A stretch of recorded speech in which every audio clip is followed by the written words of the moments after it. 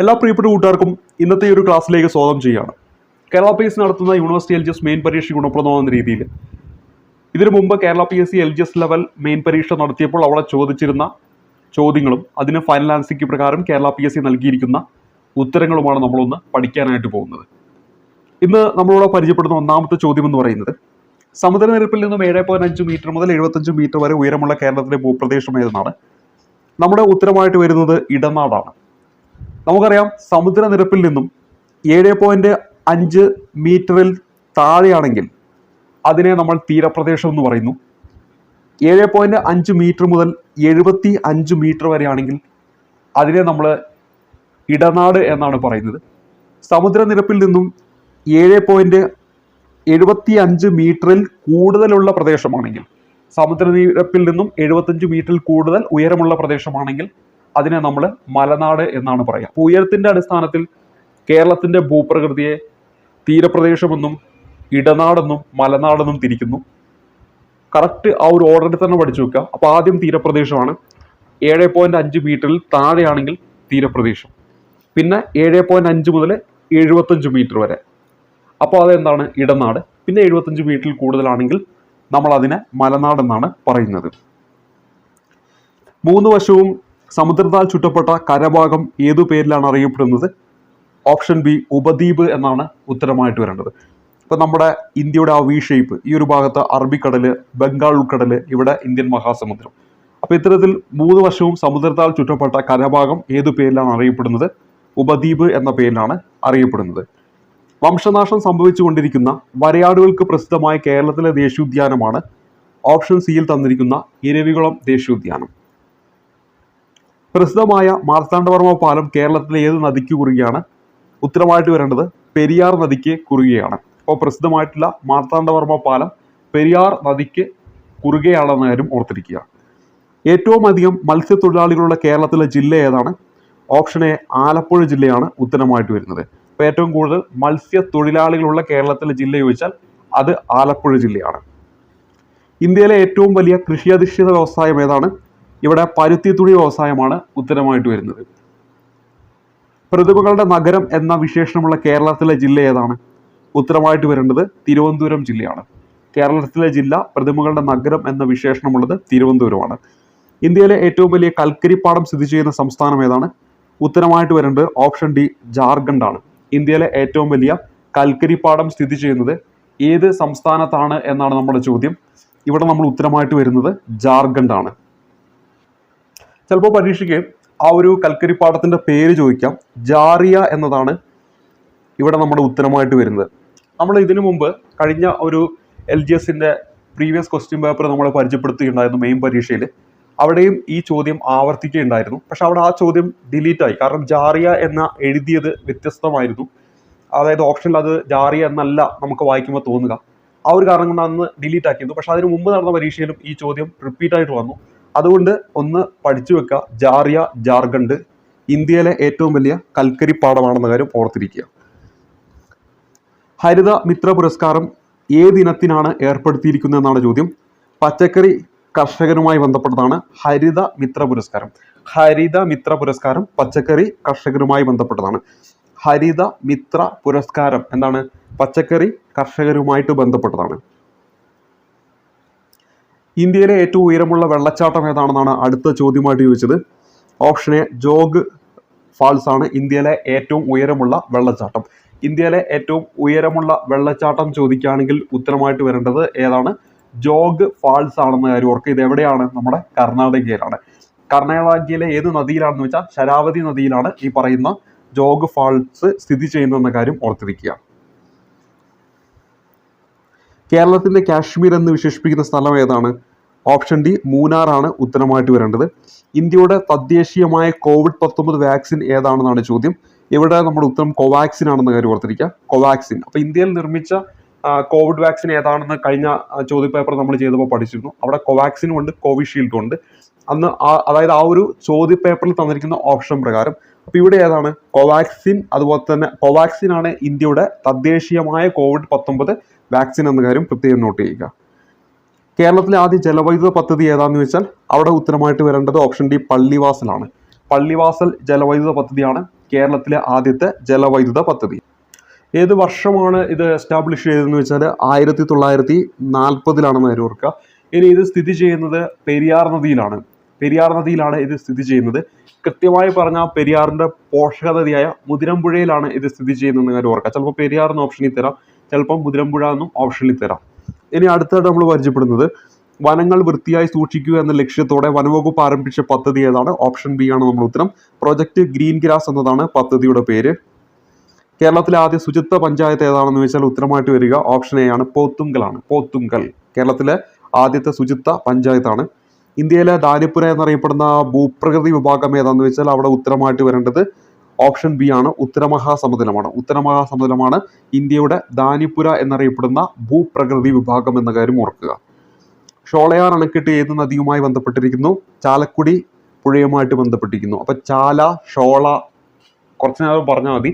ചാല ഷോള രണ്ടും ഏകദേശം ഒരേപോലെയാണ്. അപ്പൊ ചാലക്കുടി പുഴയുമായി ബന്ധപ്പെട്ടതാണ് ഷോളയാർ അണക്കെട്ട് എന്ന കാര്യം ഓർക്കുക. അപ്പൊ ഇവിടെ നമ്മൾ പരിചയപ്പെട്ടത് ഷോളയാർ അണക്കെട്ട് ഏത് നദിയുമായി ബന്ധപ്പെട്ടിരിക്കുന്നു എന്ന് വെച്ചാൽ അവിടെ ഉത്തരമായിട്ട് വരേണ്ടത് ചാലക്കുടി പുഴയുമായിട്ട് ബന്ധപ്പെട്ടിരിക്കുന്നു എന്ന കാര്യം ഓർക്കുക. ഇത് തൃശ്ശൂർ ഡിസ്ട്രിക്റ്റിലാണ് ഈ പറഞ്ഞ ഈ ഷോളയാർ ഡാം സ്ഥിതി ചെയ്യുന്നത്. ഇനി അടുത്തത് കേരളത്തിലെ ഏറ്റവും ചെറിയ ശുദ്ധജല തടാകം ഏതാണ്? അത് നമ്മുടെ വയനാട് ജില്ലയിലെ പൂക്കോട് തടാകമാണ്. കേരളത്തിലെ ഏറ്റവും വടക്കേ അറ്റത്തെ ശുദ്ധജല തടാകം ചോദിച്ചാൽ പൂക്കോട് തടാകമാണ്. ഇന്ത്യയുടെ ഭൂപടത്തിന്റെ ആകൃതിയിലുള്ള തടാകം ഏതാണെന്നൊക്കെ ചോദിച്ചാലും ഉത്തരമായിട്ട് വരേണ്ടത് പൂക്കോട് തടാകമാണ്. കേരളത്തിലെ ആദ്യമായി നിപ്പ വൈറസ് റിപ്പോർട്ട് ചെയ്ത ജില്ല ഏതാണെന്ന് ചോദിച്ചാൽ അത് നമ്മുടെ കോഴിക്കോട് ജില്ലയാണ്. അപ്പോൾ കേരളത്തിൽ ആദ്യമായിട്ട് നിപ്പ വൈറസ് റിപ്പോർട്ട് ചെയ്ത ജില്ല ഏതെന്ന് ചോദിച്ചാൽ അവിടെ ഉത്തരമായിട്ട് വരേണ്ടത് കോഴിക്കോട് ജില്ലയാണ് എന്ന കാര്യം ഓർത്തിരിക്കുക. അപ്പോൾ കേരളത്തിൽ ആദ്യമായിട്ട് നിപ്പ വൈറസ് റിപ്പോർട്ട് ചെയ്ത ജില്ല ചോദിച്ചാൽ ഉത്തരമായിട്ട് വരേണ്ടത് കോഴിക്കോട് ജില്ല. ഏതാണ് വർഷം എന്നൊക്കെ വേണമെങ്കിൽ PSC പരീക്ഷയിൽ ചോദിക്കാം. 2018 വർഷം 2018 വരേണ്ടത്. അപ്പോൾ ഇത് 2023 ആ ഒരു വർഷകാലയളവിൽ നടന്ന ഒരു പരീക്ഷയാണ്. അപ്പോൾ ആ ചോദ്യം വീണ്ടും ചോദ്യമായിട്ട് വന്നിരിക്കുകയാണ്. അപ്പോൾ നമുക്ക് വരാൻ പോകുന്ന പരീക്ഷയിൽ വീണ്ടും ഇത് ചോദിക്കാം. അപ്പോൾ നോട്ട് ചെയ്ത് വെക്കുക. ദണ്ഡി കടപ്പുറം സ്ഥിതി ചെയ്യുന്ന എവിടെയാണ്? നമ്മുടെ ഓപ്ഷൻ ബി, ഗുജറാത്തിലാണ് ഏത് സ്ഥിതി ചെയ്യുന്നത്? ദണ്ഡി കടപ്പുറം സ്ഥിതി ചെയ്യുന്നത്.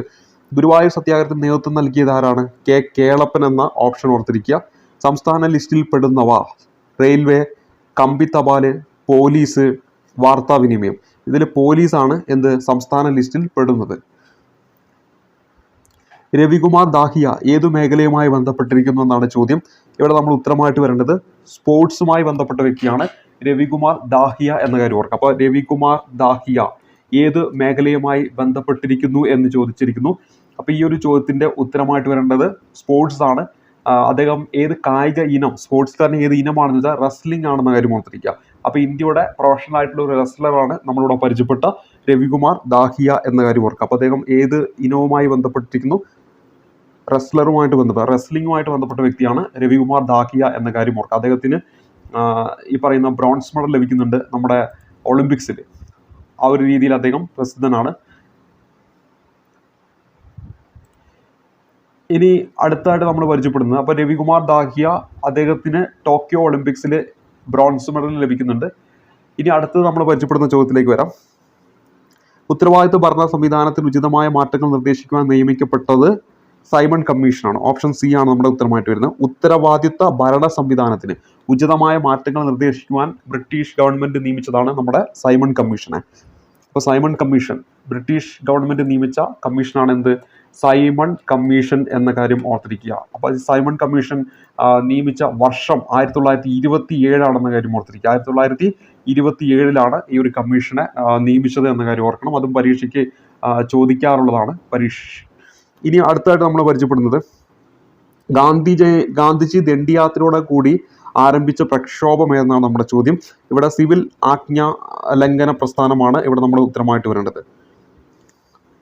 കോട്ടയത്തെ രാജാവായിരുന്നു രാജ്യമാണ് കോട്ടയം രാജവംശമാണ്. അപ്പം വടക്കൻ മലബാർ കേന്ദ്രീകരിച്ചുള്ള കോട്ടയം രാജവംശത്തിന്റെ രാജാവായിരുന്നു ആര്? പഴശ്ശിരാജ എന്ന കാര്യം ഓർക്കുക. ഇനി അടുത്ത് ബ്രിട്ടീഷുകാരുടെ നേരിട്ടുള്ള ഭരണത്തിന് കീഴിലായിരുന്നു നമ്മുടെ Malabar.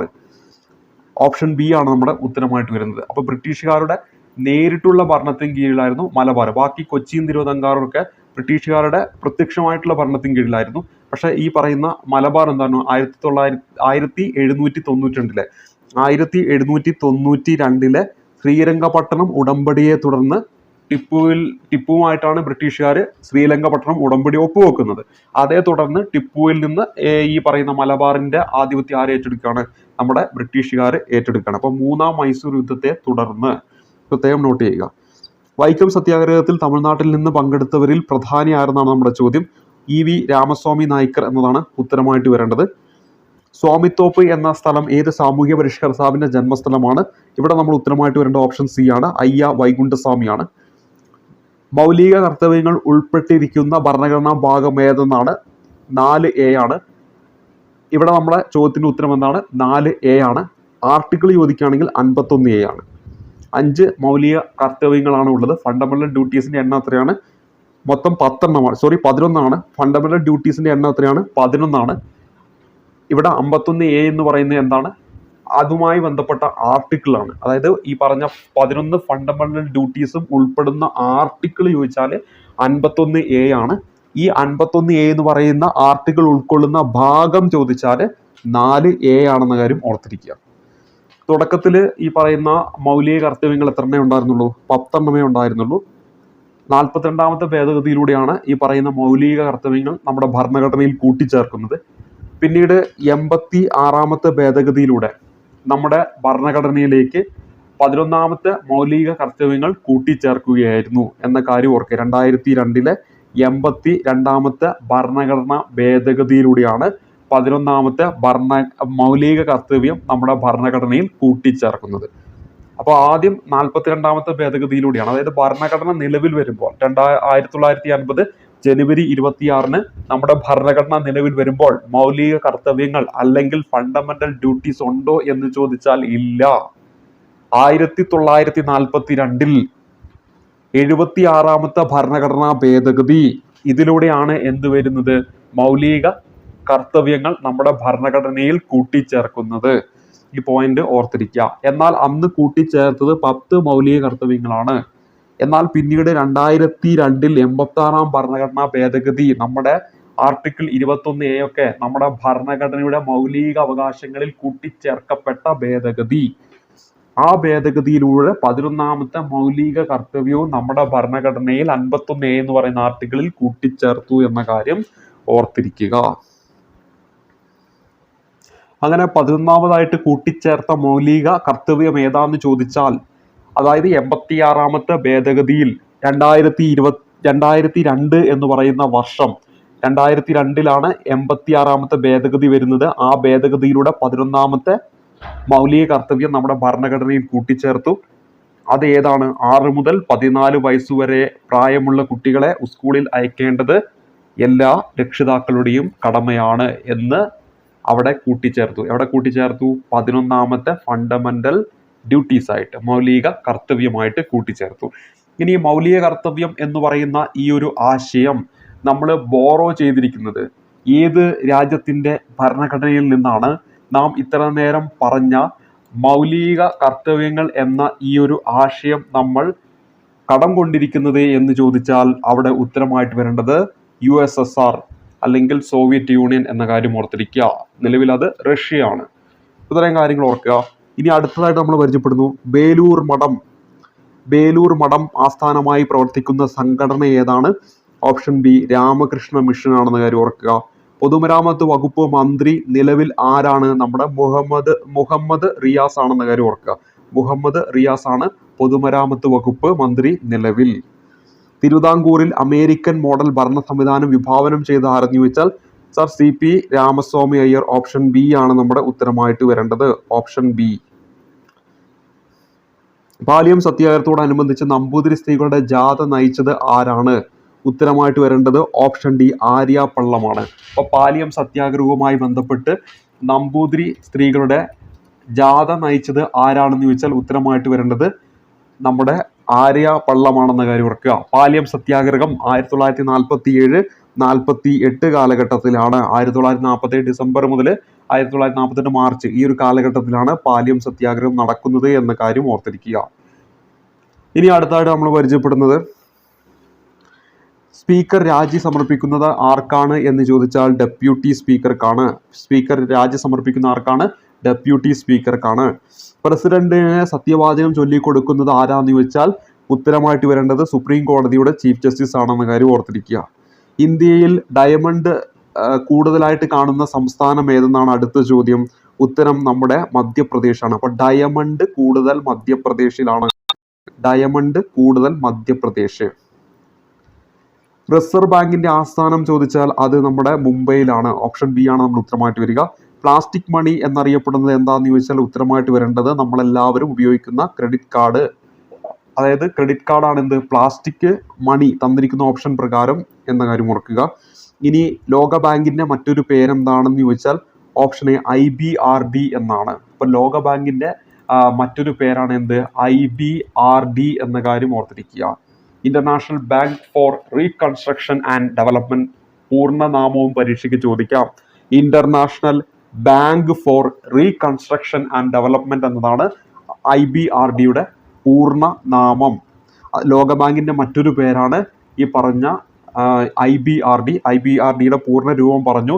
International bank for reconstruction and development എന്നതാണ് ഇതിന്റെ പൂർണ്ണ രൂപം എന്ന കാര്യം ഓർത്തിരിക്കുക. ഇനി എവിടാണ് ഇതിന്റെ ഹെഡ് ക്വാർട്ടർ സ്ഥിതി ചെയ്യുന്നത്?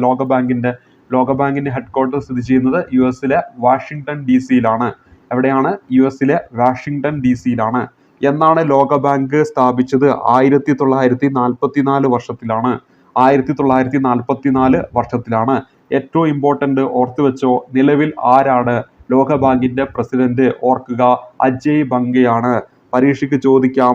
അജയ് ബംഗ എന്ന പേര് മറക്കരുത്. ഒരു ഇന്ത്യക്കാരന്റെ പേരിനോടൊക്കെ ഒരു സാമ്യം തോന്നുന്നില്ലേ? അപ്പൊ അജയ് ബംഗയാണ് നിലവില് എന്താണ് ലോകബാങ്കിന്റെ പ്രസിഡന്റ് എന്ന കാര്യം ഓർക്കുക. അപ്പൊ ലോകബാങ്കിന്റെ പ്രസിഡന്റ് നിലവിൽ ആരെന്ന് ചോദിച്ചാൽ അജയ് ബംഗയാണ്. പിന്നെ അടുത്തത് നമുക്ക് ലോകബാങ്ക് നമ്മളിവിടെ പറഞ്ഞു. അങ്ങനെയാണെങ്കിൽ നമുക്ക് IMF-ഉം കൂടി ഒന്ന് നോക്കിയേക്കാം. പരീക്ഷയ്ക്ക് ചോദിക്കാറുള്ളതാണ് IMF-മായി ബന്ധപ്പെട്ട് IMF-ന്റെ ആസ്ഥാനം എവിടെയാണെന്ന് ചോദിക്കാം. IMF-ന്റെ ആസ്ഥാനം അപ്പൊ നമ്മൾ പരിചയപ്പെടുന്നത് IMF ആണ്. IMF-ന്റെ ആസ്ഥാനം ഇന്റർനാഷണൽ മോണിറ്ററി ഫണ്ട് എന്നതാണ് IMF-ന്റെ പൂർണ്ണ രൂപം. IMF-ന്റെ ആസ്ഥാനം സ്ഥിതി ചെയ്യുന്നത് എവിടെയാണ് എന്ന് ചോദിച്ചാൽ അതും നമ്മളിപ്പോൾ പരിചയപ്പെട്ട വാഷിംഗ്ടൺ DC തന്നെയാണെന്ന കാര്യം ഓർക്കുക. ആരാണ് IMF-ന്റെ ഡയറക്ടർ? MD, managing director. എത്രയോ തവണ PSC-ക്ക് ഏറ്റവും ഇഷ്ടപ്പെട്ട ഒരു ചോദ്യമാണ്. ഉത്തരമായിട്ട് വരിക ക്രിസ്റ്റലീന ജോർജീവ എന്ന പേര് ഓർത്തിരിക്കുക. എന്താണ് നമ്മളിവിടെ പരിചയപ്പെട്ട പേര്? ക്രിസ്റ്റലീന ജോർജീവ എന്ന പേരാണ്. മറക്കരുത്. ക്രിസ്റ്റലീന ജോർജീവ എന്ന പേര് ഒരിക്കലും മറക്കരുത്. അവരാരാണെന്ന് ചോദിച്ചാൽ IMF-ന്റെ മാനേജിംഗ് ഡയറക്ടർ ആണെന്ന കാര്യം ഓർക്കുക. അങ്ങനെയാണെങ്കിൽ നിലവിൽ IMF-ന്റെ ഡെപ്യൂട്ടി മാനേജിംഗ് ഡയറക്ടർ ആ ഒരു പദവിയിലേക്ക് എത്തുന്ന ആദ്യത്തെ വ്യക്തി നമുക്ക് ഒരിക്കലും മറക്കരുത്, നമ്മുടെ ഒരു ഇന്ത്യക്കാരിയാണ്. നമുക്ക് അവരുടെ പേരറിയാം, ഗീത ഗോപിനാഥ് ആണ്. അപ്പൊ എന്താണ് പറഞ്ഞത്? IMF-ന്റെ managing director Kristalina Georgieva, deputy managing director. ആദ്യമായിട്ടാണ് ഇങ്ങനെ ഒരു പദവി വരുന്നത്. അതിലെത്തിയിരിക്കുന്നത് ഒരു ഇന്ത്യക്കാരിയാണ്, ഗീത ഗോപിനാഥ്. പിന്നെ IMF-ന്റെ ചീഫ് എക്കണോമിസ്റ്റ് എന്നെങ്ങാനും ചോദിച്ചാൽ പിയറി ഒളീവർ എന്ന പേരെങ്കിലും ഓർത്തിരിക്കുക. ഇവിടെ നമ്മൾ പരിചയപ്പെടുന്നത് IMF-ന്റെ ചീഫ് എക്കണോമിസ്റ്റ് ആണ്. അവിടെ നമ്മുടെ പേര് ഓർത്തിരിക്കുക, പിയറി ഒളീവർ എന്ന പേര് ഓർക്കുക. പിയറി ഒളീവർ എന്നതാണ് നമുക്ക് ഓർത്തിരിക്കുന്ന പേര്. അപ്പൊ ഇത്രയും കാര്യങ്ങൾ IMF-മായി ബന്ധപ്പെട്ടൊന്ന് അറിഞ്ഞിരിക്കുക. പരീക്ഷയ്ക്ക് ചിലപ്പം ചോദ്യം പ്രതീക്ഷിക്കാം. ഇനി നമ്മൾ അടുത്ത ചോദ്യത്തിലേക്ക് വരാം. അടുത്ത ചോദ്യം, താഴെ തന്നിട്ടുള്ള 2 പ്രസ്താവനകളിൽ നിന്നും നിങ്ങൾ മനസ്സിലാക്കുന്നത് സ്വാതന്ത്ര്യത്തിനു മുമ്പുള്ള ഇന്ത്യയുടെ ദാരിദ്ര്യരേഖയെക്കുറിച്ച് ആദ്യ വിശകലനം നടത്തിയത് ദാദാഭായ് നവറോജി ആയിരുന്നു. ജയിൽ ജീവിത ചെലവ് എന്ന ആശയം ദാദാഭായ് നവറോജിയുമായി ബന്ധപ്പെട്ടിരിക്കുന്നു. അപ്പൊ ഇവിടെ തന്നിരിക്കുന്ന 41ാമത്തെ ചോദ്യത്തിൽ 2 പ്രസ്താവനയും ശരിയാണെന്ന കാര്യം ഓർക്കുക. അപ്പൊ ഇവിടെ എന്താണ്? സ്വാതന്ത്ര്യത്തിന് മുമ്പുള്ള ഇന്ത്യയുടെ ദാരിദ്ര്യരേഖയെക്കുറിച്ച് ആദ്യ വിശകലനം നടത്തിയത് ദാദാഭായ് നവറോജിയാണ്. ജയിൽ എന്ന ആശയം ദാദാഭായ് നവറോജിയുമായി ബന്ധപ്പെട്ടിരിക്കുന്നു. അപ്പൊ ഈ ഒരു വിശകലനമൊക്കെ അയാൾ നടക്കുന്നത് ഈ പറയുന്ന ജയിലിലെ ജീവിതവുമായി ബന്ധപ്പെട്ട് അവിടെയുള്ള കാര്യങ്ങളൊക്കെ പഠിച്ചുകൊണ്ടാണ്. നമ്മളത് പഠിക്കുന്നുണ്ട് എക്കണോമിക്സിൽ. അപ്പൊ ഇവിടെ ഈ 2 സ്റ്റേറ്റ്മെന്റും എന്താണ്? ശരിയാണെന്ന കാര്യം ഓർക്കുക. ഇന്ത്യയുടെ ആസൂത്രണ കമ്മീഷൻ ചെയർമാൻ ആരെന്ന് ചോദിച്ചാൽ അത് നമ്മുടെ പ്രധാനമന്ത്രിയാണ്. ഓപ്ഷൻ സി ആണ് ഉത്തരമായിട്ട് വരിക. ഹരിത വിപ്ലവത്തിന്റെ ഉപജ്ഞാതാവ് ആരെന്ന് ചോദിച്ചാൽ ഉത്തരമായിട്ട് വരേണ്ടത് ഡോക്ടർ MS സ്വാമിനാഥനാണ്. തന്നിരിക്കുന്ന ഓപ്ഷൻ പ്രകാരമാണ്, അതായത് ഇന്ത്യയുടെ ഹരിത വിപ്ലവത്തിന്റെ പിതാവ് എന്ന് പറയുന്നത് ഡോക്ടർ MS സ്വാമിനാഥനാണ്.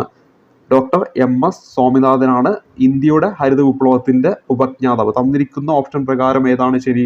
ഡോക്ടർ MS സ്വാമിനാഥനാണ് ശരിയായിട്ട് വരുന്നത്. എന്നാൽ ലോകത്ത് ഹരിത വിപ്ലവത്തിന്റെ പിതാവ് ആരെന്ന് ചോദിച്ചാൽ അവിടെ MS സ്വാമിനാഥൻ അല്ല, മറക്കാതെ ഓർത്തിരിക്കണം, നോർമൻ ബോർലോഗ് ആണെന്ന കാര്യം ഓർത്തിരിക്കുക. നോർമൻ ബോർലോഗ് എന്ന പേര് ഓർത്തിരിക്കണം. ഇപ്പോൾ നമ്മൾ പരിചയപ്പെട്ടത് നോർമൻ ബോർലോഗ് ആണ്. അദ്ദേഹത്തെയാണ് ഫാദർ ഓഫ് ഗ്രീൻ റെവല്യൂഷൻ എന്ന് വിളിക്കുന്നത്. എന്നാൽ ഇന്ത്യൻ ഹരിത വിപ്ലവത്തിന്റെ പിതാവ് എന്നാണ് ചോദിക്കുന്നതെങ്കിൽ ഉത്തരമായിട്ട് വരേണ്ടത് എന്താണ്? നോർമൻ ബോർലോഗ് ആണെന്ന കാര്യം ഓർത്തിരിക്കുക. ഈ നോർമൻ ബോർലോഗിന് നമ്മൾ സമാധാനത്തിനുള്ള അവാർഡ് നമ്മുടെ നോബൽ പ്രൈസ് ലഭിച്ചിട്ടുണ്ട് 1970. അപ്പൊ സമാധാനത്തിനുള്ള നോബൽ പ്രൈസ് ലഭിച്ച വ്യക്തിയാണ് നമ്മൾ ഈ പരിചയപ്പെട്ട നോർമൻ ബോർലോഗ് എന്ന കാര്യം ഓർത്തിരിക്കുക. ഇനി അടുത്തായിട്ട് നമ്മൾ പരിചയപ്പെടുന്നത് കേരളത്തിലെ ആദ്യ സമ്പൂർണ്ണ കമ്പ്യൂട്ടർ സാക്ഷരതാ പഞ്ചായത്ത് ഏതാണെന്നാണ് 44-ാം ചോദ്യം. വെള്ളനാട് എന്നാണ് ഉത്തരമായിട്ട് വരിക. അപ്പൊ കേരളത്തിലെ ആദ്യത്തെ സമ്പൂർണ്ണ കമ്പ്യൂട്ടർ സാക്ഷരതാ പഞ്ചായത്ത് ഏതാണ്? വെള്ളനാടാണെന്ന കാര്യം ഓർത്തിരിക്കുക. ശരിയായ ജോഡി ഏത്? വള്ളത്തോൾ പുരസ്കാരം മലയാള സാഹിത്യത്തിലെ മികച്ച കൃതിക്കുള്ള പുരസ്കാരമാണ്. ഓടക്കുഴൽ പുരസ്കാരം മികച്ച മലയാള കവിതയ്ക്കുള്ള പുരസ്കാരമാണ്. വള്ളത്തോൾ പുരസ്കാരം മലയാള സാഹിത്യത്തിലെ സമഗ്ര സംഭാവനയ്ക്കുള്ള പുരസ്കാരം. പത്മപ്രഭ പുരസ്കാരം മലയാള സാഹിത്യത്തിലെ സമഗ്ര സംഭാവനയ്ക്കുള്ള പുരസ്കാരം. ഇവിടെ നമ്മുടെ കറക്റ്റ് ആൻസർ ഇവിടെ ചോദിച്ചിരിക്കുന്നത് എന്താണ്? ശരിയായ ജോഡി ആണ്. ഓപ്ഷൻ സി മാത്രമാണ് ശരി. വള്ളത്തോൾ പുരസ്കാരം മലയാള സാഹിത്യത്തിലെ സമഗ്ര സംഭാവനയ്ക്കുള്ള പുരസ്കാരമാണെന്ന കാര്യം ഓർത്തിരിക്കുക. നമുക്കിവിടെ തന്നിരിക്കുന്നതിൽ ഓപ്ഷൻ ബി എന്ന് പറയുന്നത് ഓടക്കുഴൽ പുരസ്കാരം മികച്ച മലയാള കവിതയ്ക്കുള്ള പുരസ്കാരം എന്നാണ് കൊടുത്തത്. അത് തെറ്റാണ്.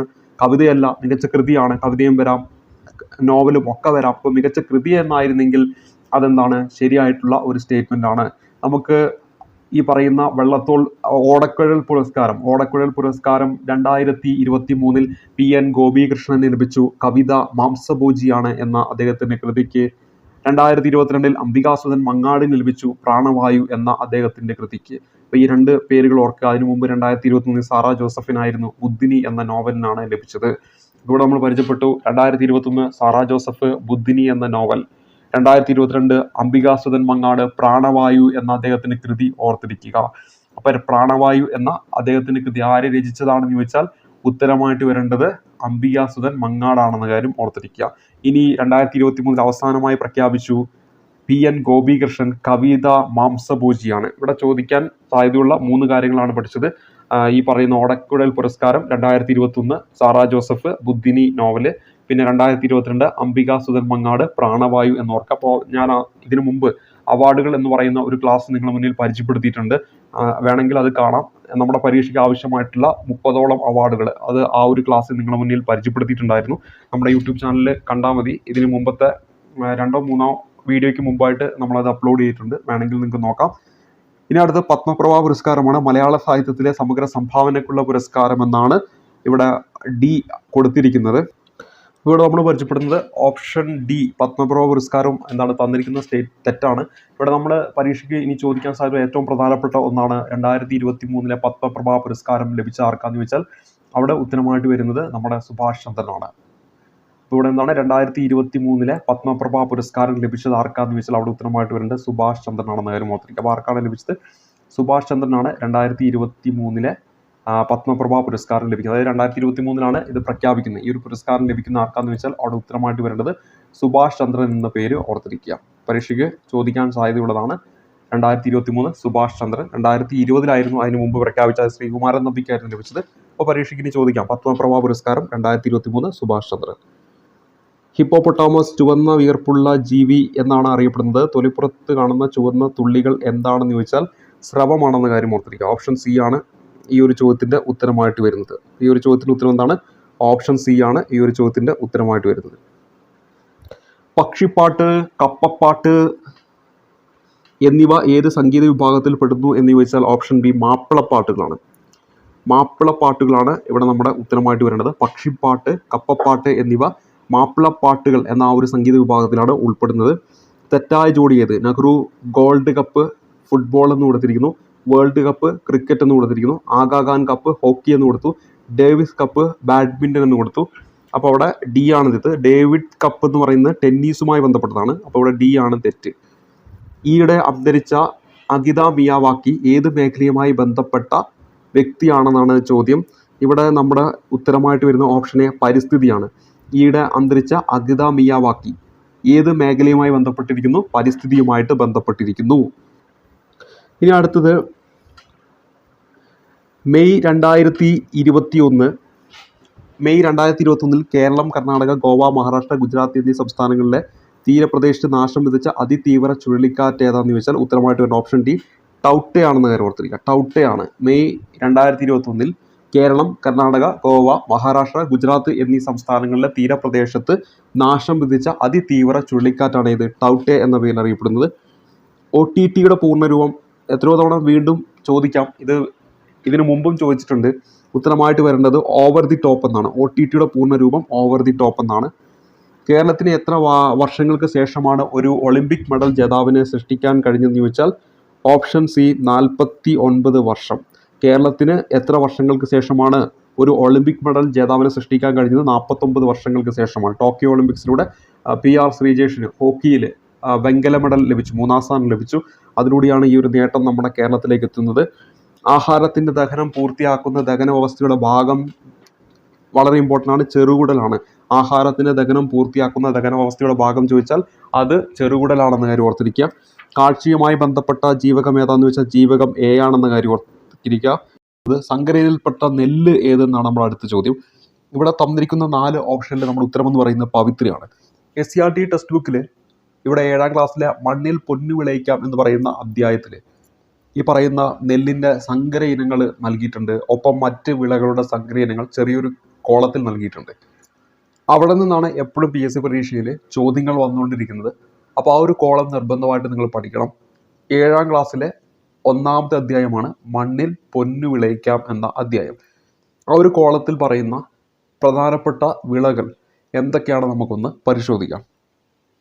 ഇവിടെ ആദ്യമായിട്ട് നമ്മൾ പരിചയപ്പെടുന്നത് നമ്മുടെ ഈ ഒരു ചോദ്യത്തിൽ തന്നിരിക്കുന്ന നെല്ലാണ്. നെല്ലിൻ്റെ ഒരു ഇനം ഇവിടെ തന്നിട്ടുണ്ട്, പവിത്രയാണ്. ഇതുകൂടാതെ ഇവിടെ നൽകിയിരിക്കുന്ന ഒന്ന് ഹ്രസ്വ എന്ന് പറയുന്നത് നെല്ലിൻ്റെ ഇനമാണ്. അതുപോലെ തന്നെ അന്നപൂർണ എന്ന് പറയുന്നത് എന്താണ്? നെല്ലിൻ്റെ ഇനമാണെന്ന കാര്യം ഓർത്തിരിക്കുക. അപ്പോൾ ഇവിടെ നെല്ലിൻ്റെ ഇനങ്ങളായിട്ട് ഈ ഒരു കോളത്തിൽ ഈ 3 എണ്ണമാണ് തന്നിരിക്കുന്നത്. ഇതിനുള്ളിൽ നിന്ന് തന്നെയാണ് പരീക്ഷയ്ക്ക് എപ്പോഴും ചോദ്യങ്ങൾ വരുന്നത്. അപ്പോൾ നെല്ലുമായി ബന്ധപ്പെട്ട് പവിത്ര, ഹ്രസ്വ, അന്നപൂർണ പഠിക്കുക. ഇനി അടുത്തത് പയറാണ്. അടുത്ത് നമ്മൾ പരിചയപ്പെടുന്നത് പയറിൻ്റെ ഇനങ്ങളാണ്. അതിലൊന്ന് ലോലയാണ്. പയറിൻ്റെ ഇനമായിട്ട് ആദ്യം പരിചയപ്പെടുന്നത് ലോലയാണ്. പിന്നെ ഈ പയറൊക്കെ നമുക്കറിയാം മാല പോലെയാണ് തൂങ്ങിക്കിടക്കുന്നത്. അപ്പോൾ നമുക്ക് പറയാം മാലിക എന്ന് പറയാം. അപ്പോൾ പയറിൻ്റെ മറ്റൊരു ഇനമാണ് മാലിക. ഇനി ജ്യോതിക. അപ്പോൾ നമ്മുടെ സിനിമാ നടി ജ്യോതികേനെ ഓർത്ത് വെച്ചാൽ മതി. അപ്പോൾ അവിടെ ജ്യോതികയുടെ കഴുത്തിലെ മാല അതായിട്ടൊന്ന് കണക്ട് ചെയ്ത് വെച്ചാൽ മതി. അപ്പോൾ അവിടെ എന്താണ്? ജ്യോതിക. അപ്പോൾ ഇവിടെ നമ്മൾ പരിചയപ്പെടുന്നത് ജ്യോതിക എന്ന് പറയുന്നത് പയറിൻ്റെ ഒരു ഇനമാണ്. ഇനി ഈ പറയുന്ന ജ്യോതിക കല്യാണം കഴിച്ചത് ആരെയാണ്? സൂര്യനാണ്. അപ്പോൾ സൂര്യനെ സംബന്ധിച്ചിടത്തോളം ജ്യോതിക ആരാണ്? ഒരു ഭാഗ്യലക്ഷ്മിയാണ്. അപ്പോൾ അവിടെ ഭാഗ്യലക്ഷ്മി എന്ന് പറയുന്നത് എന്താണ്? പയറിൻ്റെ ഇനമാണെന്ന കാര്യം ഓർത്തിരിക്കുക. അപ്പോൾ ഇവിടെ നമ്മൾ പരിചയപ്പെട്ടത് പയർ, ലോല, മാലിക, ജ്യോതിക, ഭാഗ്യലക്ഷ്മി. ഈ 4 ഇനങ്ങളാണ് നമ്മുടെ ടെക്സ്റ്റ് ബുക്കിൽ നൽകിയിരിക്കുന്നത്. അപ്പോൾ ഈ 4 ഇനങ്ങളാണ് പലപ്പോഴും PSC പരീക്ഷയിൽ ചോദ്യമായിട്ട് വരുന്നത്. ഇനി അടുത്തത് പരിചയപ്പെടുന്നത് പച്ചമുളകാണ്. അടുത്തത് നമ്മളിവിടെ പരിചയപ്പെടുന്നത് പച്ചമുളകിൻ്റെ ഇനങ്ങളാണ്. പച്ചമുളക് എന്ന് പറയുമ്പോൾ അതിലാദ്യം ഉജ്ജ്വല എന്ന് ഓർക്കുക. ഉജ്ജ്വല എന്ന കാര്യം ഓർത്തിരിക്കുക. അപ്പോൾ ഒന്നാമതായിട്ട് നമ്മൾ പറയും ഉജ്ജ്വല. നമ്മൾ പറയില്ലേ എന്തെങ്കിലുമൊക്കെ കറിക്ക് എരിവ് കൂടിക്കഴിഞ്ഞാൽ ഉജ്ജ്വല എരിവാന്ന് പറയും. എന്തെങ്കിലുമൊക്കെ കറിക്ക് എരിവ് കൂടിക്കഴിഞ്ഞാൽ നമ്മൾ പറയും ഉജ്ജ്വലമായ എരിവാണെന്ന് പറയും. ആ ഒരു രീതിയിലൊന്ന് ഓർത്തിരുന്നാൽ മതി. ഉജ്ജ്വല എന്ന് പറയുന്നത് എന്താണ്? പച്ചമുളകിൻ്റെ ഒരു ഇനമാണ്. അപ്പോൾ ആ ജോലയിൽ നിന്ന് തന്നെ നമുക്ക് അടുത്ത് കിട്ടും ജ്വാലാമുഖി. അപ്പോൾ ഇവിടെ നമ്മൾ പരിചയപ്പെട്ടു ജ്വാലാമുഖി എന്ന് പറയുന്നത് പച്ചമുളകിൻ്റെ ഒരു ഇനമാണ്. അതുപോലെ തന്നെ മറ്റൊന്നാണ് അനുഗ്രഹ. ഏതാണ്? അനുഗ്രഹ എന്ന് പറയുന്നത് പച്ചമുളകിൻ്റെ ഒരു ഇനമാണ്. അപ്പോൾ ഇവിടെ ഉജ്ജ്വല, ജ്വാലാമുഖി, അനുഗ്രഹ എന്ന് പറയുന്നത് പച്ചമുളകിൻ്റെ ഇനമാണ്. അപ്പോൾ ഉജ്ജ്വല നമുക്ക് കിട്ടും. പച്ചമുളകൊക്കെ വെച്ച് കറിയൊക്കെ വെച്ച് കഴിയുമ്പോൾ ഭയങ്കര എരിവ് കൂടിയാൽ നമ്മൾ പറയും ഉജ്ജ്വല എരിവ് എന്ന് പറയും. അതിൽ നിന്ന് ഉജ്ജ്വല കിട്ടും. ഉജ്ജ്വലയിലെ ജോല കുടിച്ചാൽ ജ്വാലാമുഖി കിട്ടും. ഇപ്പോൾ നമ്മൾ അമ്പലത്തിലൊക്കെ പോയിട്ടോ അല്ലെങ്കിൽ നമ്മൾ ഈ പറയുന്ന മെഴുകുതിരിയൊക്കെ നമ്മൾ കത്തിക്കൂല പള്ളിയിലൊക്കെ. അപ്പോൾ അവിടെയൊക്കെ എന്താണ് അനുഗ്രഹം, ദൈവത്തിൻ്റെ അനുഗ്രഹം മേടിക്കാൻ വേണ്ടിയാണ് നമ്മൾ ഈ പറയുന്ന മെഴുകുതിരി കത്തിക്കുക. അമ്പലത്തിൽ പോയി കഴിഞ്ഞാൽ ദീപം തെളിയിക്കുക. അപ്പോൾ ഇതൊക്കെ എന്താണ് അനുഗ്രഹത്തിന് വേണ്ടിയിട്ടാണ്. അപ്പോൾ അവിടെ ജ്വാലാമുഖി, അനുഗ്രഹ അതുമായിട്ടൊന്ന് കണക്ട് ചെയ്ത് വെക്കുക. അപ്പോൾ നമുക്കവിടെ പച്ചമുളകും കിട്ടി. ഇനി അടുത്തായിട്ട് നമ്മൾ പറയുന്നത് വെണ്ടയാണ്. വെണ്ട. അപ്പോൾ വെണ്ടയുടെ ഇനം PSC എപ്പോഴും ചോദിക്കാറുള്ളതാണ്. അപ്പോൾ വെണ്ടയുടെ ഇനങ്ങൾ ചോദിക്കുന്നത് ഈ ഒരു ടെക്സ്റ്റ് ബുക്കിനുള്ളിൽ നിന്ന് തന്നെയാണ്. കിരൺ എന്ന് പറയുന്നത് വെണ്ടയുടെ ഇനമാണ്. അതുപോലെ തന്നെ അർക്ക എന്ന് പറയുന്നത് വെണ്ടയുടെ ഇനമാണ്. പിന്നെ അനാമിക എന്ന് പറയുന്നത് വെണ്ടയുടെ ഇനമാണെന്ന കാര്യം ഓർത്തിരിക്കുക. അതുപോലെ മറ്റൊന്നാണ് സൽകീർത്തി. സൽകീർത്തി എന്ന് പറയുന്നത് ആരുടെ ഇനമാണ്? വെണ്ടയുടെ ഇനമാണെന്ന കാര്യം. അപ്പോൾ വെണ്ട എന്ന ആ ഒരു പച്ചക്കറിയുടെ ഇനമാണ് കിരൺ, അർക്ക, അനാമിക, സൽകീർത്തി. കിരൺ, അർക്ക, അനാമിക, സൽകീർത്തി. കിരൺ, അർക്ക, അനാമിക, സൽകീർത്തി. അപ്പോൾ ഇവിടെ എന്താണ്? കിരൺ, അർക്ക, അനാമിക, സൽകീർത്തി എന്നതെന്താണ്? വെണ്ടയുടെ ഇനമാണെന്ന കാര്യം ഓർക്കുക. ഇനി അടുത്തത് ഇവിടെ നൽകിയിരിക്കുന്ന വഴുതനയുടെ ഇനമാണ്. അപ്പോൾ നമ്മളിനി പരിചയപ്പെടുന്നത് വഴുതനയുടെ ഇനമാണ്. ഇനി പരിചയപ്പെടുന്നത് എന്താണ്? വഴുതനയുടെ ഇനമാണ്. അതിൽ ഒന്ന് സൂര്യയാണ്. വഴുതന ഒന്ന് സൂര്യയാണ്. പിന്നെ മറ്റൊന്ന് ശ്വേതയാണ്. പിന്നെ മറ്റൊന്ന് ഹരിതയാണ്. പിന്നെ മറ്റൊന്ന് നീലിമയാണ്. നീലിമ. ഇതൊക്കെ വഴുതനയുടെ ഇനമാണ്. പിന്നെ അടുത്ത് നമ്മൾ പരിചയപ്പെടുന്നത് തക്കാളിയുടെ ഇനമാണ്. തക്കാളിയുടെ ഇനത്തിലേക്ക് വരുമ്പോൾ അവിടെ ഒന്ന് മുക്തിയാണ്. തക്കാളിയുടെ ഇനത്തിലൊന്ന് മുക്തിയാണ്. പിന്നെ മറ്റൊന്ന് അനഘയാണ്. പിന്നെ അക്ഷയയാണ്. അക്ഷയ. ഇതൊക്കെ എന്താണ്? തക്കാളിയുടെ ഇനമാണ്. മുക്തി, അനഘ, അക്ഷയ. ഇനി അവസാനമായിട്ട് പാവലിൻ്റെ ഇനം ഇവിടെ നൽകിയിട്ടുണ്ട്. അപ്പോൾ നമ്മൾ പരിചയപ്പെടുന്നത് പാവലിൻ്റെ ഇനമാണ്. പാവലിൻ്റെ ഇനമാണ് പ്രീതി, അതുപോലെ തന്നെ പ്രിയങ്ക. അപ്പോൾ ഇവിടെ പരിചയപ്പെട്ടു പാവലിൻ്റെ ഇനം പ്രീതി, പ്രിയങ്ക. അതുപോലെ തന്നെ വഴുതനയുടെ ഇനം സൂര്യ, ശ്വേത, ഹരിത, നീലിമ. തക്കാളി മുക്തി, അനഘ, അക്ഷയ. ഇനി വെണ്ട കിരൺ, അർക്ക, അനാമിക, സൽകീർത്തി. പച്ചമുളക് ഉജ്ജ്വല, ജ്വാലാമുഖി, അനുഗ്രഹ. പയറ് ലോല, മാലിക, ജ്യോതിക, ഭാഗ്യലക്ഷ്മി. നെല്ല് പവിത്ര, ഹ്രസ്വ, അന്നപൂർണ്ണ. അപ്പോൾ ഇത്രയും കാര്യങ്ങളാണ് ഈ ഒരു ടേബിളിനുള്ളിൽ നൽകിയിരിക്കുന്നത്. ഇതിനുള്ളിൽ നിന്നാണ് എപ്പോഴും ചോദ്യങ്ങൾ വന്നുകൊണ്ടിരിക്കുന്നത്. നിങ്ങൾക്ക് ഈ ഒരു ഓപ്ഷൻ തന്നെ പരിശോധിച്ച് നിങ്ങൾക്ക് മനസ്സിലാക്കാൻ പറ്റും. ഇവിടെ പറഞ്ഞ കാര്യങ്ങൾ തന്നെയാണ് ഓപ്ഷനിൽ പറഞ്ഞു പോകുന്നത്. ഇനി ഇതിൽ തന്നിരിക്കുന്ന വേറൊരു കാര്യം കൂടിയുണ്ട്. അതും PSC എപ്പോഴും ചോദിക്കാറുണ്ട്. ഒന്നെങ്കിൽ ഈ ഒരു മേഖലയിൽ നിന്ന് ചോദ്യം വിത്തിനങ്ങളുമായി ബന്ധപ്പെട്ട് ചോദിക്കും. അതല്ലാതെ ചോദിക്കുന്നത് സങ്കരയിനം തെങ്ങുകൾ എന്ന് പറയുന്ന ഒന്നാണ്. ഇതിനോടൊപ്പം തന്നെ കൊടുക്കുന്നതാണ് സങ്കരയിനം തെങ്ങുകൾ. ഓർത്തിരിക്കുക. ഒന്ന് ചന്ദ്രലക്ഷയാണ്. ഒന്നാമത്തെ പേര് ഞാൻ പരിചയപ്പെടുന്നു, ചന്ദ്രലക്ഷ. സങ്കരയിനം തെങ്ങിൽ വരുന്നതാണ് ചന്ദ്രലക്ഷ എന്ന് പറയുന്നത്. രണ്ടാമത്തത് ചന്ദ്രശങ്കരയാണ്. ഇനി മൂന്നാമതായിട്ട് പരിചയപ്പെടുത്തുന്നത് ലക്ഷഗംഗയാണ്. ഇതൊക്കെ എന്താണ്? സങ്കരയിനം തെങ്ങുകളാണ്. ചന്ദ്രലക്ഷ, ചന്ദ്രശങ്കര, ലക്ഷഗംഗ. അപ്പോൾ ചന്ദ്രലക്ഷ, ചന്ദ്രശങ്കര, ലക്ഷഗംഗ. ഇനി ഏതൊക്കെ തമ്മിലാണ് ഇത് സങ്കരയിനമാകുന്നതെന്ന് ചോദിച്ചാൽ ഇതിൽ ഒന്ന് ചന്ദ്രലക്ഷയിലേക്ക് വരുമ്പോൾ ആദ്യത്തേത് ചന്ദ്രലക്ഷയിലേക്ക് വരികയാണ്. അപ്പോൾ നമ്മൾ ആദ്യം പരിചയപ്പെടുന്നത് ചന്ദ്രലക്ഷയാണ്. ഒന്നാമതായിട്ട് നമ്മളിവിടെ പരിചയപ്പെടുന്നത് ചന്ദ്രലക്ഷയാണ്. ചന്ദ്രലക്ഷയിലേക്ക് വരുമ്പോൾ അവിടെ ലക്ഷദ്വീപ് ഓർഡിനറി എന്ന് ഓർക്കുക. ഇത് ലക്ഷദ്വീപ് ഓർഡിനറിയും മറ്റൊന്ന് ചാവക്കാട് ഓറഞ്ച്. അപ്പോൾ തെങ്ങിൻ്റെ ഇനമാണ് ലക്ഷദ്വീപ് ഓർഡിനറി, മറ്റൊന്ന് ചാവക്കാട് ഓറഞ്ച്. ഇത് രണ്ടും കൂടിയാണ് ഇവിടെ സങ്കരയിനമായിട്ട് മാറുന്നത് ചന്ദ്രലക്ഷ എന്ന പേരിൽ. ഇതിൽ ഈ ലക്ഷദ്വീപ് ഓർഡിനറി ഉയരം കൂടിയതാണ്. ചാവക്കാട് ഓറഞ്ച് ഉയരം കുറഞ്ഞാണ്, അതായത് ഡോർഫാണ്. അപ്പോൾ അതിനെ നമുക്ക് T/D എന്ന് പറയാം. അപ്പോൾ ഇവിടെ നമ്മൾ ആദ്യം പറഞ്ഞത് ചന്ദ്രലക്ഷയാണ്. സങ്കരയിനം തെങ്ങിൻ്റെ ഇനമാണ്. ഏതൊക്കെ തമ്മിലാണെന്ന് ചോദിച്ചാൽ ലക്ഷദ്വീപ് ഓർഡിനറിയും ചാവക്കാട് ഓറഞ്ചുമാണ്. അപ്പോൾ ചന്ദ്രലക്ഷയിലെ ലക്ഷ, അതിൽ നിന്ന് നമുക്ക് ലക്ഷദ്വീപ് ഓർഡിനറി കിട്ടി. പിന്നെ ചന്ദ്രയിലെ ചാ വെച്ചിട്ട് ചാവക്കാട് ഓറഞ്ചും കിട്ടി. ഇനി ലക്ഷദ്വീപ് ഓർഡിനറി എന്ന് പറയുമ്പോൾ ഉയരം കൂടിയത്. അപ്പം ലക്ഷം എന്ന് കേൾക്കുമ്പോൾ വലിയ ഒന്നല്ലേ, അപ്പോൾ ഉയരം കൂടിയത്. ഇനി ചാവക്കാട് ഓറഞ്ച് എന്ന് പറയുമ്പോൾ ഡി എന്ന് പറയുമ്പോൾ ഡോർഫാണ്. നമ്മൾ ചാവക്കാട് എന്ന് പറയുമ്പോൾ ചാവുക, ഡെത്ത്, ഡി അതായിട്ടൊന്ന് ജസ്റ്റ് ഒന്ന് കണക്ട് ചെയ്ത് വെച്ചാൽ മതി. അപ്പോൾ നിങ്ങൾക്ക് T×D എന്ന് കിട്ടും. ഇനി ചന്ദ്രശങ്കര എന്ന് പറയുമ്പോൾ ഈ പറഞ്ഞ ചാവക്കാട് ഓറഞ്ച് അതും പിന്നെ ഏതാണ് വെസ്റ്റ് കോസ്റ്റ് ടോളും തമ്മിലാണ്. ചാവക്കാട് ഓറഞ്ചും വെസ്റ്റ് കോസ്റ്റ് ടോളും തമ്മിലാണ് എന്ത് ഈ പറയുന്ന ചന്ദ്രശങ്കര എന്ന് പറയുന്നത്. അപ്പോൾ ഈ ഓൾറെഡി ചാവക്കാട് ഓറഞ്ച് ഞാൻ പറഞ്ഞു ഡോർഫാണ്. വെസ്റ്റ് കോസ്റ്റ് ടോൾ എന്ന് പറയുമ്പോൾ അതിൽ തന്നെയുണ്ട് ഉയരം കൂടിയതാണ്. അപ്പോൾ D×T എന്ന് ഓർക്കുക. ഇനി അടുത്തത് ലക്ഷഗംഗയാണ്. അതിലൊന്ന് ഓൾറെഡി ഇവിടെ നമ്മൾ പറഞ്ഞ ലക്ഷദ്വീപ് ഓർഡിനറിയാണ്. ഇനി മറ്റൊന്ന് എന്ന് പറയുന്നത് ഗംഗാബോധം, ലക്ഷഗംഗയിലെ ഗംഗാബോധം. അപ്പോൾ രണ്ടാമത് ഗംഗാബോധം എന്ന് പറയുന്ന ഇനമാണെന്ന് കാര്യം ഓർക്കുക. ഗംഗാബോധം എന്ന് പറയുന്ന ഇനമാണ്. അതിൽ ഓൾറെഡി ഞാൻ നിങ്ങളോട് പറഞ്ഞു ഈ ലക്ഷദ്വീപ് ഓർഡിനറി എന്ന് പറയുന്നത് ഉയരം കൂടിയതാണ്. അപ്പോൾ ഗംഗാബോധം എന്ന് പറയുന്നത് എന്തായിരിക്കും, ഉയരം കുറഞ്ഞതാണ്. അപ്പോൾ T×D എന്നാണ് വരേണ്ടത്. ഈ മൂന്ന് കാര്യങ്ങൾ, ഈ പറഞ്ഞ എല്ലാ പോയിന്റുകളും പരീക്ഷകളിൽ വന്നതാണ്. ചന്ദ്രലക്ഷ, ലക്ഷഗംഗ, ചന്ദ്രശങ്കര. അപ്പോൾ ചന്ദ്രലക്ഷ, ചന്ദ്രശങ്കര, ലക്ഷഗംഗ. ചന്ദ്രലക്ഷയിൽ Lakshadweep ordinary, Chavakkad orange, T×D ആണ്. ഇനി ചന്ദ്രശങ്കര ചാവക്കാട് ഓറഞ്ചും വെസ്റ്റ് കോസ്റ്റ് ടോളുമാണ്. ചാവക്കാട് ഓറഞ്ചും വെസ്റ്റ് കോസ്റ്റ് ടോളുമാണ്. അപ്പോൾ D×T. ഇനി ലക്ഷഗംഗ പിന്നെ കിട്ടും, ലക്ഷദ്വീപ് ഓർഡിനറിയും ഗംഗാബോധവുമാണ്. അപ്പോൾ അവിടെ എന്താണ് T×D ആണ് അതും വരുന്നത്. ഇനി ഈ ഒരു മേഖലയിൽ നിന്ന് ഈ ഒരു ടെക്സ്റ്റ് ബുക്കിൽ ഈ ഒരു ഭാഗത്ത് പറഞ്ഞു പോകുന്ന ഒരു കാര്യം കൂടി എപ്പോഴും PSC ചോദിക്കുന്നതാണ്. അതിലൊന്ന് കാർഷിക ഗവേഷണ സ്ഥാപനങ്ങളാണ്. കാർഷിക ഗവേഷണ സ്ഥാപനങ്ങൾ നമ്മുടെ കേരളത്തിലേത്, അത് എപ്പോഴും ഈ ഒരു ടെക്സ്റ്റ് ബുക്കിനുള്ളിൽ നിന്നാണ് ചോദ്യം വരാറുള്ളത്. അതിലൊന്ന് കേരള കാർഷിക സർവകലാശാല. നമുക്കെല്ലാവർക്കും അറിയാം എവിടെയാണ് കേരള അഗ്രികൾച്ചർ യൂണിവേഴ്സിറ്റിയുടെ ആസ്ഥാനം സ്ഥിതി ചെയ്യുന്നത് നമ്മുടെ തൃശ്ശൂർ ജില്ലയിലെ മണ്ണൂത്തിയിലാണ്.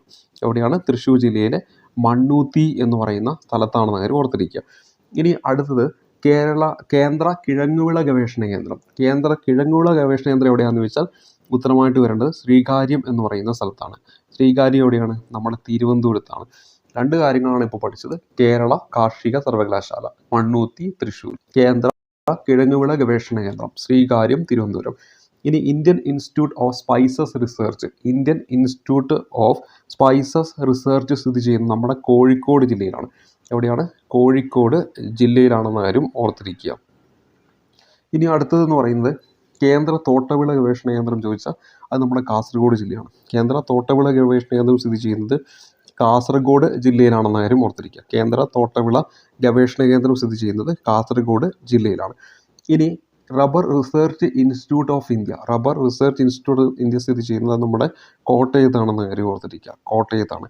ഇനി കേരള കൈതച്ചക്ക ഗവേഷണ കേന്ദ്രം സ്ഥിതി ചെയ്യുന്നത് നമ്മുടെ ഈ ടെക്സ്റ്റ് ബുക്കിൽ പറയുന്ന വാഴക്കുളം എന്ന് പറയുന്ന സ്ഥലത്താണ്. വാഴക്കുളം എറണാകുളം ജില്ലയിലെ വാഴക്കുളത്താണ് കേരള കൈതച്ചക്ക ഗവേഷണ കേന്ദ്രം സ്ഥിതി ചെയ്യുന്നത്. ഇപ്പോൾ നമ്മൾ പരിചയപ്പെട്ട കേരള കാർഷിക സർവകലാശാല നമ്മൾ ആദ്യം പരിചയപ്പെട്ടു. അവിടെ ആണെന്ന് വെച്ചാൽ മണ്ണൂത്തി തൃശ്ശൂരാണ്. പിന്നെ ശ്രീകാര്യത്ത് സ്ഥിതി ചെയ്യുന്ന കേന്ദ്ര കിഴങ്ങുവിള ഗവേഷണ കേന്ദ്രമാണ്. ഇനി Indian institute of spices research കോഴിക്കോടാണ്. പിന്നെ rubber research institute of India കോട്ടയത്താണ്. കേന്ദ്ര തോട്ടവിള ഗവേഷണ കേന്ദ്രം സ്ഥിതി ചെയ്യുന്നത് എവിടെയാണെന്ന് വെച്ചാൽ അത് നമ്മുടെ കാസർഗോഡ് ജില്ലയിലാണ്. ഇനി കേരള കൈതച്ചക്ക ഗവേഷണ കേന്ദ്രം സ്ഥിതി ചെയ്യുന്നത് എവിടെയാണെന്ന് വെച്ചാൽ എറണാകുളം ജില്ലയിലെ വാഴക്കുളം എന്ന് പറയുന്ന സ്ഥലത്താണെന്ന കാര്യം ഓർത്തിരിക്കുക. ഈ പറഞ്ഞ കാര്യങ്ങൾ PSC പരീക്ഷയിൽ എപ്പോഴും ചോദിക്കാറുള്ളതാണ്. ഒന്ന്, അത്യുൽപാദന ശേഷിയുള്ള വിത്തിനങ്ങൾ. രണ്ട്, അവസാനമായി പറഞ്ഞ കാർഷിക ഗവേഷണ സ്ഥാപനങ്ങൾ. പിന്നെ അതിനു മുമ്പ് നമ്മൾ പഠിച്ച സങ്കരയിനം തെങ്ങുകൾ. ഇത് പരീക്ഷയ്ക്ക് റിപ്പീറ്റായിട്ട് വരുന്നതാണ്.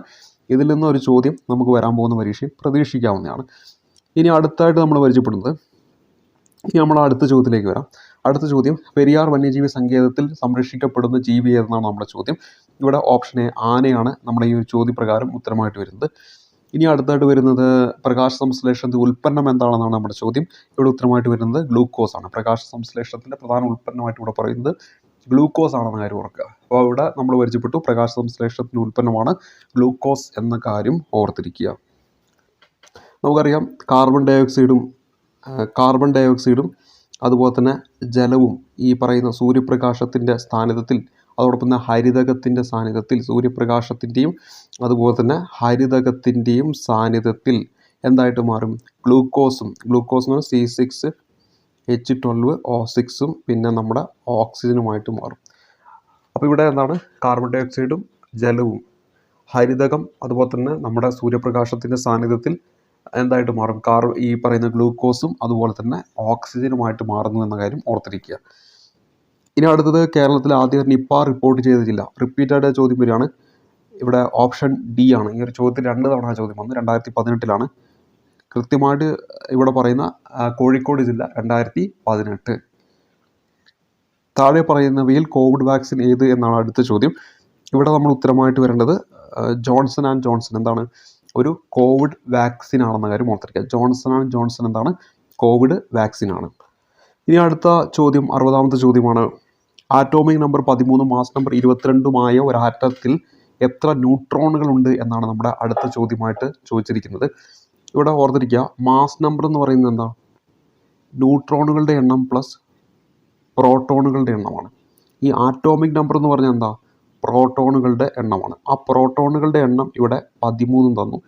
Mass number neutron plus proton ആണ്, അത് 22 എന്ന് പറയാം. അപ്പം പ്രോട്ടോണിൻ്റെ സ്ഥാനത്ത് നമ്മൾ 13 ഇവിടെ നമുക്ക് സബ്സ്റ്റിറ്റ്യൂട്ട് ചെയ്യാം.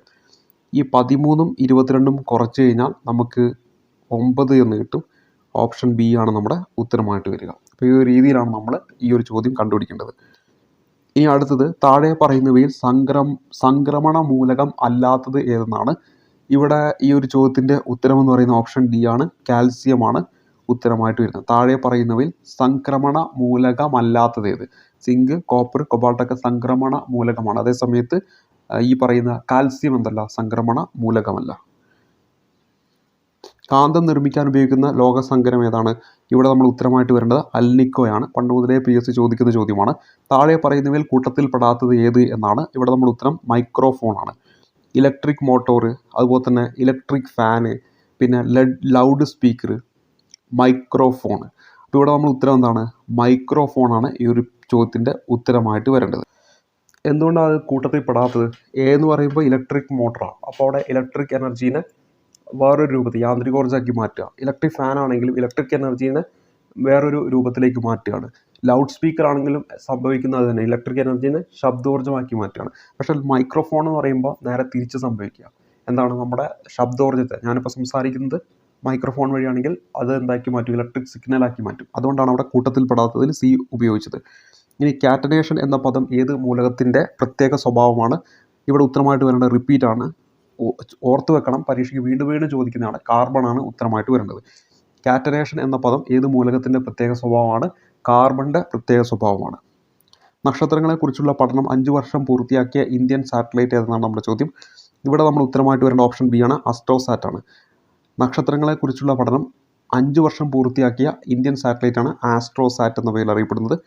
2020 ഭൗതികശാസ്ത്രത്തിൽ നോബൽ പുരസ്കാരത്തിന് തിരഞ്ഞെടുത്ത വിഷയം എന്തെന്നാണ് നമ്മുടെ ചോദ്യം.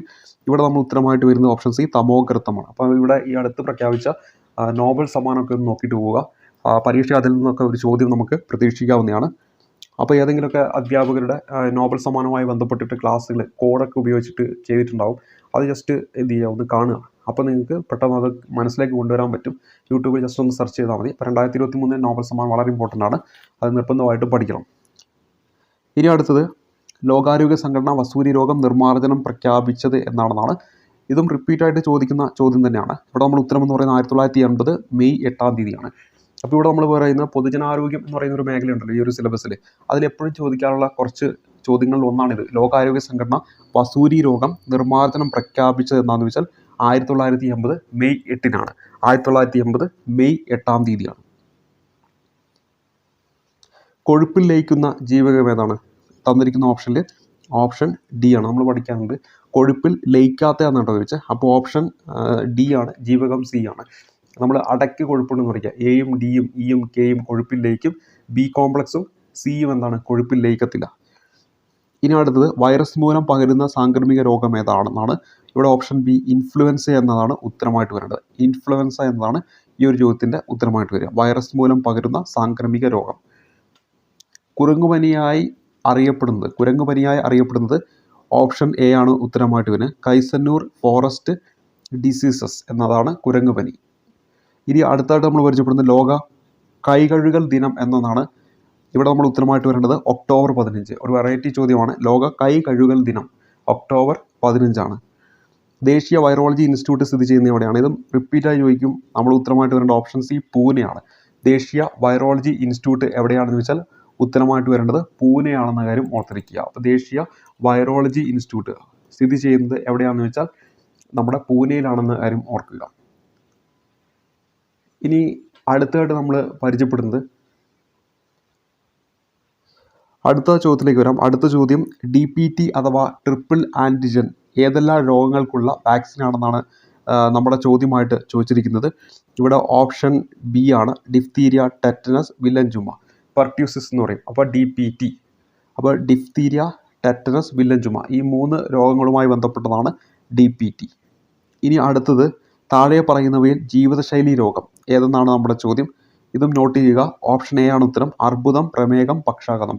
അർബുദം, പ്രമേഹം, പക്ഷാഘാതം എന്താണ് ജീവിതശൈലി രോഗത്തിൽ ഉൾപ്പെടുന്നതാണ്. ഇനി അടുത്തത് കേരള സർക്കാരിൻ്റെ അവയവദാന പരിപാടിയുടെ പേരാണ്.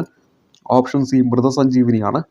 വർദ്ധിച്ചു വരുന്ന ജീവിതശൈലി രോഗങ്ങൾ പരിഹരിക്കുന്നതിനായി ആരോഗ്യവകുപ്പ് നടപ്പിലാക്കി വരുന്ന പദ്ധതിയുടെ പേരാണ് ഓപ്ഷൻ എ അമൃതം ആരോഗ്യം എന്ന പദ്ധതി. ഇപ്പോഴത്തെ കേരള ആരോഗ്യ കുടുംബക്ഷേമ വകുപ്പ് മന്ത്രി ആരാണെന്ന് ചോദിച്ചാൽ ഇവിടെ ഉത്തരമായിട്ട് വരുന്ന ഓപ്ഷൻ ബി വീണ ജോർജ് ആണ്.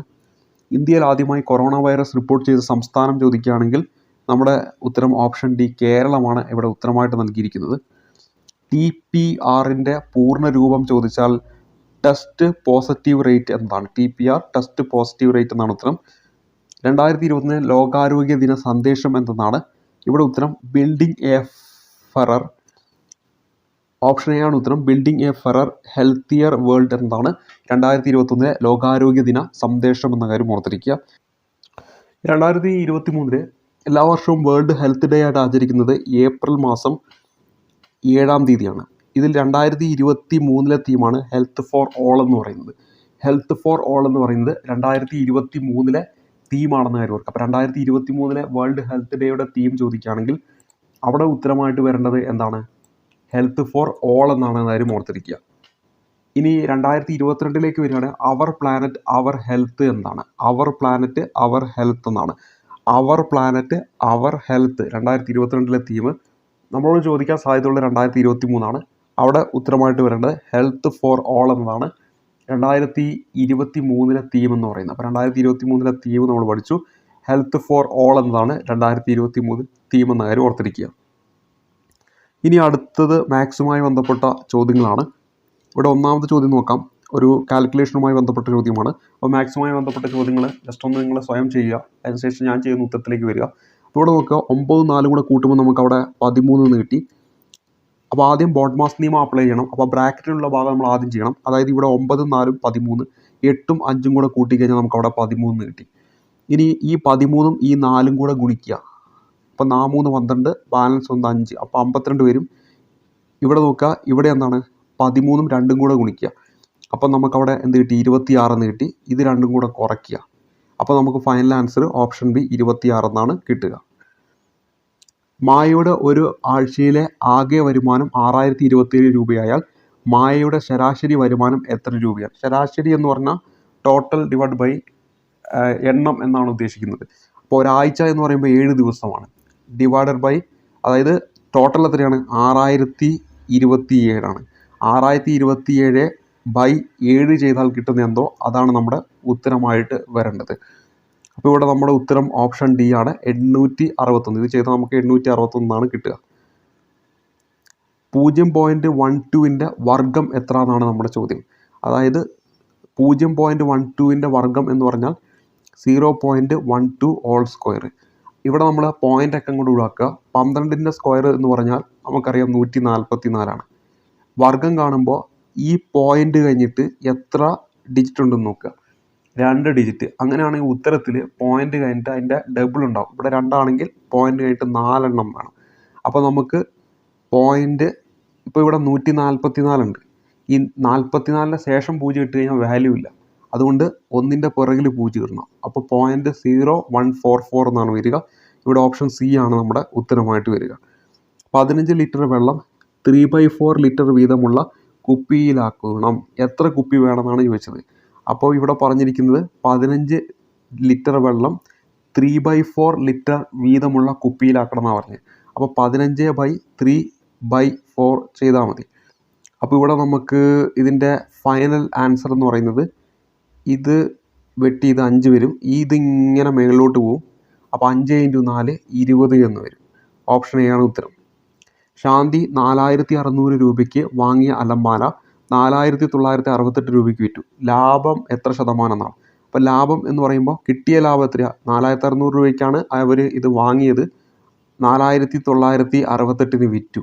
അപ്പോൾ 4600 ഇതും തമ്മിലുള്ള വ്യത്യാസം എന്ന് പറയുന്നത് 368. അപ്പം 368 ലാഭശതമാനം എന്ന് വെച്ചാൽ ലാഭം ഡിവൈഡ് ബൈ ചിലവായ തുക 4600 × 100 ചെയ്താൽ മതി. ഇതും വെട്ടി, 2 0 വെട്ടി കളഞ്ഞു. ഇനി അടുത്തത് 368/46 ആണ്. ഇവിടെ നമ്മുടെ ഉത്തരം ഓപ്ഷൻ ഡി ആണ്, 8 എന്നാണ് കിട്ടുക. ഇത് നമ്മൾ ഡിവൈഡ് ചെയ്താൽ 8 എന്നാണ് കിട്ടുക. 46 × 8 ആണ് 368. ഇനി അടുത്തത് 0.101 × 0.001 എന്നാണ് ഇവിടെ തന്നിരിക്കുന്നത്. അപ്പോൾ ഇവിടെ നോക്കുക, നിങ്ങൾ ഈ പോയിൻ്റ് ഒന്നും ഇപ്പോൾ കൺസിഡർ ചെയ്യേണ്ട. അതിന് പകരമായിട്ട് നിങ്ങൾ എന്ത് ചെയ്താൽ മതി, 101 × 1 എന്ന് ചെയ്യുക. അപ്പോൾ നമുക്ക് 101 എന്നാണ് കിട്ടുക. ഇനി നോക്കി, ഇവിടെ പോയിൻ്റ് കഴിഞ്ഞിട്ട് എത്ര ഡിജിറ്റാണ്? 3 ഡിജിറ്റ്. ഇവിടെ പോയിൻ്റ് കഴിഞ്ഞിട്ട് എത്ര ഡിജിറ്റാണ്? 3 ഡിജിറ്റ്. അങ്ങനെ ടോട്ടൽ ഇപ്പോൾ എത്രയായി? 6 ഡിജിറ്റ്. അങ്ങനെയാണെങ്കിൽ നമ്മുടെ ഉത്തരത്തിൽ പോയിൻ്റ് കഴിഞ്ഞിട്ട് 6 ഡിജിറ്റ് വേണം. അപ്പോൾ ഇവിടെ നമുക്ക് 0.0000101 ഓപ്ഷൻ എ ആണ് നമ്മുടെ ഉത്തരമായിട്ട് വരിക. ഈ ഒരു രീതിയിലാണ് ഈ ഒരു ചോദ്യം ചെയ്യേണ്ടത്. അല്ലെങ്കിൽ നിങ്ങൾ സാധാരണ പോലെ ഗുണിച്ച് കഴിഞ്ഞാൽ കുറേ സമയം എടുക്കും. ഈ ഒരു രീതി മനസ്സിലാക്കി വെക്കുക. മൾട്ടിപ്പിൾ ചെയ്യുമ്പോൾ എപ്പോഴും പോയിൻ്റ് കഴിഞ്ഞിട്ട് എത്ര ഡിജിറ്റാണോ രണ്ടെണ്ണത്തിലുള്ള അതിൻ്റെ സമ്മായിരിക്കും ആൻസറിൽ വരിക. ഇനി അടുത്തായിട്ട് നമ്മൾ പരിചയപ്പെടുന്നത് സമചതുരാകൃതിയായ ഒരു സ്ഥലത്തിന് 256 ചതുരശ്ര മീറ്റർ പരപ്പളവാണ് ഉള്ളത്. ഇതിൻ്റെ ഒരു വശത്തിന് എത്ര മീറ്റർ നീളമുണ്ട് എന്നാണ് അടുത്ത ചോദ്യം. അപ്പോൾ നമ്മുടെ ചോദ്യത്തിൽ സമചതുരാകൃതിയാണെന്ന് പറഞ്ഞിട്ടുണ്ട്. അതിൻ്റെ വിസ്തീർണം ഇവിടെ തന്നിട്ടുണ്ട്, 256 എന്ന് തന്നിട്ടുണ്ട്. അപ്പം സമചതുരാകൃതിയുടെ വിസ്തീർണം ഒരു വശത്തിൻ്റെ നീളം a ആണെങ്കിൽ a² = 256. അപ്പോൾ ഒരു വശത്തിൻ്റെ നീളം കിട്ടും. √ 256 ചെയ്താൽ മതി. അപ്പോൾ നമുക്ക് 256 എന്ന് പറയുമ്പോൾ 16ൻ്റെ സ്ക്വയറാണ്. അപ്പോൾ 16 എന്നാണ് ഇവിടെ വരിക. ഇതിൻ്റെ ഒരു വശത്തിന് എത്ര നീളമുണ്ടെന്നാണ് വെച്ചാൽ. അപ്പോൾ ഓപ്ഷൻ ബി ആണ് നമ്മുടെ ഉത്തരമായിട്ട് വരേണ്ടത്. സിമ്പിൾ ചോദ്യമാണ്. ഓണാഘോഷത്തിൻ്റെ ഭാഗമായി ഒരു കടയിൽ പച്ചയും നീലയും ബൾബുകൾ ഘടിപ്പിച്ചിട്ടുണ്ട്. പച്ച ബൾബ് 12 മിനിറ്റ് ഇടവിട്ടും നീല ബൾബ് 20 മിനിറ്റ് ഇടവിട്ടും പ്രകാശിക്കും. അവ ഒരുമിച്ച് 6 PM പ്രകാശിച്ചെങ്കിൽ വീണ്ടും ഒരുമിച്ച് എപ്പോൾ പ്രകാശിക്കുമെന്നാണ് അടുത്ത ചോദ്യമായിട്ട് ചോദിച്ചിരിക്കുന്നത്. അപ്പോൾ ഈ ഒരു ചോദ്യം നമ്മൾ ചെയ്യാനായിട്ട് ഇവിടെ തന്നിരിക്കുന്ന നോക്ക് 12 മിനിറ്റ് ആണ്. ഇവിടെ തന്നിരിക്കുന്നത് 12 മിനിറ്റ് 20 മിനിറ്റ്. അപ്പോൾ ഇതിൻ്റെ LCM നമ്മൾ എടുക്കുക. 2 വെച്ച് പോയാൽ 6 വരും, 10 വരും. പിന്നെയും 2 വെച്ചാൽ 3 വരും, 5 വരും. 5 × 3 15, 15 × 4 60 വരും. അതിനർത്ഥം 60 മിനിറ്റ് കഴിഞ്ഞാൽ എന്താണ്, ഇവ വീണ്ടും ഒരുമിച്ച് എന്താണ് പ്രകാശിക്കുമെന്നാണ്. ഇപ്പോൾ 6 PM ആണ്, 60 മിനിറ്റ് കഴിയാന്ന് പറഞ്ഞാൽ 7 PM ആണ്. ഇവിടെ ചിലവർ പോയിട്ടൊന്നും നോക്കാതെ ബി പോയിട്ട് കറപ്പിക്കും. 7 എന്നൊക്കെ അവന് ഉത്തരം കിട്ടും. പക്ഷേ ഇവിടെ 6 PM എന്നാണ് കൊടുത്തേക്കണേ. PSC മനഃപൂർവ്വം അവിടെ 2 ഓപ്ഷൻ കൊടുത്തിരിക്കുന്നു, 7 AM ഉം 7 PM ഉം. അപ്പോൾ ശ്രദ്ധാപൂർവം വേണം ഈ ഒരു ചോദ്യത്തിൻ്റെ ഉത്തരം ചെയ്യാനായിട്ട്. ഒരു കാർ 3 മണിക്കൂർ സമയം 40 km/മണിക്കൂർ ശരാശരി വേഗതയിലും പിന്നീടുള്ള 4 മണിക്കൂർ സമയം 50 km/മണിക്കൂർ ശരാശരി വേഗതയിലും സഞ്ചരിച്ചാൽ കാർ ആകെ എത്ര ദൂരം സഞ്ചരിച്ചു? വളരെ സിമ്പിൾ ചോദ്യമാണ്. നോക്കുക, 40 km/മണിക്കൂർ എന്ന് അതിനർത്ഥം എന്താ? 1 മണിക്കൂറിൽ 40 കിലോമീറ്റർ. അങ്ങനെയാണെങ്കിൽ 3 മണിക്കൂറിലോ 40 × 3 വരും, അതായത് 120 വരും. അടുത്ത് വെച്ചിരിക്കുന്നത് 4 മണിക്കൂർ സമയം 50 km/മണിക്കൂർ, മണിക്കൂറിൽ 50 കിലോമീറ്റർ. അപ്പോൾ 4 മണിക്കൂറിലോ 200 കിലോമീറ്റർ അല്ലേ? 50 × 4 200. ഇത് രണ്ടും കൂടെ കൂട്ടിയാൽ മതി. അപ്പോൾ നമുക്ക് 320. ഓപ്ഷൻ ബി ആണ് നമ്മുടെ ഉത്തരമായിട്ട് വരിക. ടോട്ടൽ എത്രയാണ്? 320. ഇനി അടുത്ത ചോദ്യത്തിലേക്ക് വരാം. മനുവിന് 16 ലിറ്ററും അമലിന് 20 ലിറ്ററും വെളിച്ചെണ്ണ വേണം. കടയുടമ റഹീമിൻ്റെ കയ്യിൽ എല്ലാ അളവുകളും അളക്കാൻ കഴിയുന്ന പാത്രങ്ങളുണ്ട്. 2 പേർക്കും അളന്നു നൽകാൻ കഴിയുന്ന ഏറ്റവും വലിയ പാത്രത്തിൻ്റെ അളവ് എത്ര? അപ്പോൾ എന്ത് ചെയ്താൽ മതി? ഈ തന്നിരിക്കുന്ന ഈ 16 20 ഉണ്ടല്ലോ, അതിൻ്റെ HCF എടുത്താൽ മതി. എന്താ എടുക്കേണ്ടത്? HCF. HCF എന്നുകൊണ്ട് അർത്ഥമാക്കുന്നത് 16 കൊണ്ടും 20, അതായത് 16നെയും 20നെയും പൂർണ്ണമായിട്ട് ഡിവൈഡ് ചെയ്യാൻ പറ്റുന്ന ഏറ്റവും വലിയ സംഖ്യ. അപ്പോൾ ഇവിടെ നോക്കുക, ഞാനിവിടെ 4 വെച്ച് ചെയ്തു. അപ്പോൾ ഇവിടെ 4 വട്ടം 5 വട്ടം ഇനി പോകത്തില്ല കോമൺ ആയിട്ട്. അപ്പോൾ 4. ഇവിടെ ഓപ്ഷൻ എ ആണ് നമ്മുടെ ഉത്തരം. ആ പാത്രം എത്രയാണ്? 4 ലിറ്ററിൻ്റെ പാത്രമാണ്. 4, 16, 36, 64. അപ്പോൾ ഇവിടെ നോക്കുക, ഇവിടെ 2ൻ്റെ സ്ക്വയർ, ഇത് 4ൻ്റെ സ്ക്വയർ, 6ൻ്റെ സ്ക്വയർ, 8ൻ്റെ സ്ക്വയർ. അപ്പോൾ ഇനി അടുത്ത് 2 വിട്ടാലുള്ള 10ൻ്റെ സ്ക്വയർ. ഓപ്ഷൻ ഡി ആണ് ഉത്തരം.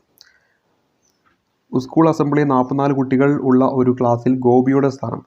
അപ്പോൾ ടോട്ടൽ എത്ര പേരുണ്ടെന്ന് ഇവിടെ തന്നിട്ടുണ്ട്? 44 എന്ന് തന്നിട്ടുണ്ട്. അതിൽ ഗോപിയുടെ സ്ഥാനം മുന്നിൽ നിന്ന് 21ാമതാണ്. ഗോപിയുടെ സ്ഥാനം മുന്നിൽ നിന്ന് 21ാമതാണ്. എന്നാൽ ഗോപിയുടെ സ്ഥാനം പിന്നിൽ നിന്ന് എത്ര?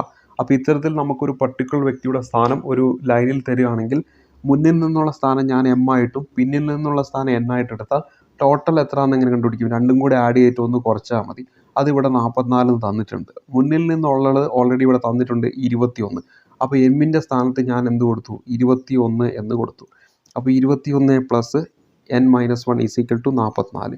21ഉം ഈ 1ഉം കൂടെ കുറച്ച് കഴിഞ്ഞാൽ നമുക്ക് എന്തായിട്ട് മാറി?